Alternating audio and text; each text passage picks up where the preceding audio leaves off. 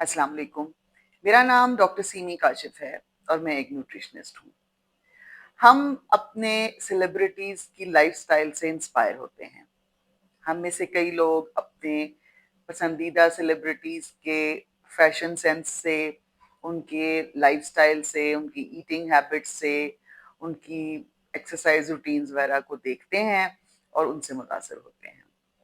इसलिए मैंने ये सोचा है कि मैं एक ऐसी सीरीज वीडियोस की बनाऊं जिसमें मुख्तलिफ सेलिब्रिटीज के जो ईटिंग हैबिट्स हैं और जो एक्सरसाइज लाइफस्टाइल है उसके बारे में आपको बताऊं और उनके उन लाइफस्टाइल्स पे कमेंट करूं, उन पे रिव्यू पेश करूं ताकि आप ये समझ सकें कि उनमें असल चीज जो मेन कॉन्सेप्ट है वो क्या है, वो इफेक्टिव है या नहीं और वो करना चाहिए या नहीं। 40 डेज मैंने व्हाइट शुगर बिल्कुल खत्म कर दी।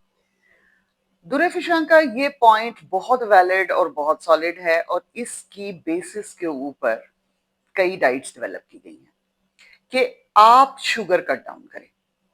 अगर आप इससे भी आगे बढ़ते हैं और कीटो डाइट्स टाइप की डाइट्स पे जाते हैं तो आपका हर किस्म का कार्ब कट हो जाता है, जिसमें कॉम्प्लेक्स कार्ब्स भी शामिल है। लेकिन अगर आप सिर्फ रिफाइंड शुगर और रिफाइंड आटा ही अपनी लाइफ में कट कर दें तो वो भी आपको वेट लॉस करने में बहुत हेल्प कर सकता है, क्योंकि रिफाइंड शुगर और रिफाइंड आटा बहुत तेजी से एब्जॉर्ब होता है आपके इंटेस्टाइन में, आपके ब्लड शुगर को बहुत तेजी से बढ़ाता है और इंसुलिन को बहुत तेजी से ऊपर पहुंचाता है, जिसकी वजह से फैट एक्यूमुलेशन और वो एक्टिविटी शुरू हो जाती है जो ग्लूकोज को फैट में कन्वर्ट कर देती है।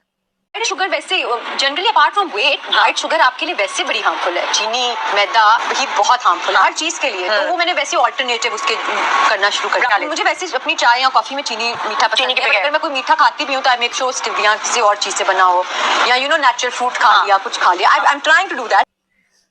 जो भी फूड आइटम रिफाइंड होगा उसके इर्द गिर्द जो फाइबर और दूसरे न्यूट्रिएंट्स और जो एक्स्ट्रा कवरिंग्स नेचुरली अल्लाह ताला ने उसमें डाले हैं वो सारे निकाल देगा और वो जो सॉलिड आपके हाथ में चीज आएगी जिसको आप अपने खाने में यूज करेंगे वो minus fibre, minus extra nutrients होगी। ब्राउन शुगर लेती हो? नहीं। गुड़ लेती हो?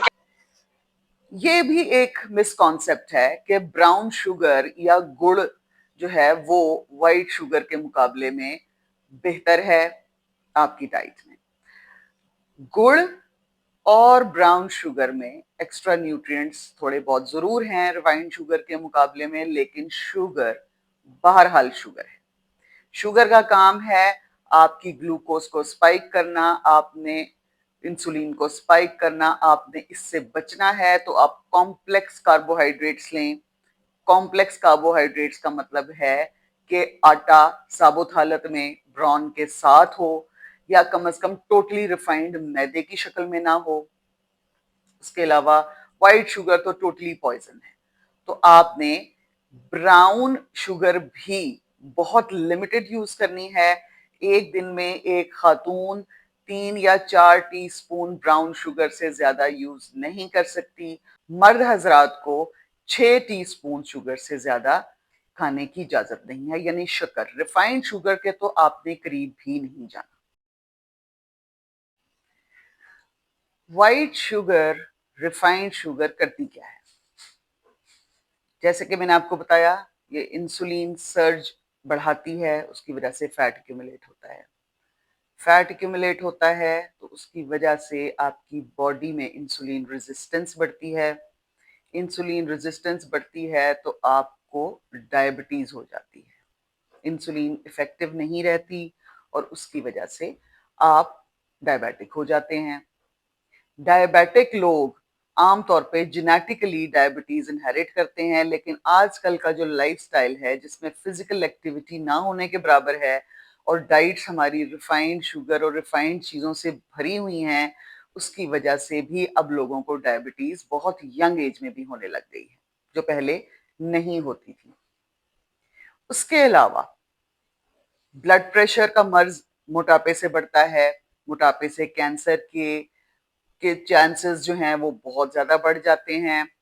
हार्ट की डिजीज मोटापे से बहुत ज्यादा बढ़ जाती है।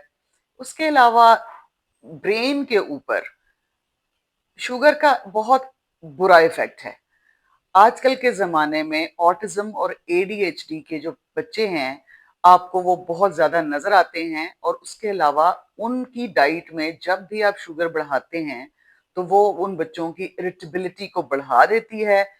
इसलिए आपको बच्चों की डाइट में भी और अपनी डाइट में भी रिफाइंड शुगर टोटली कट कर देनी चाहिए।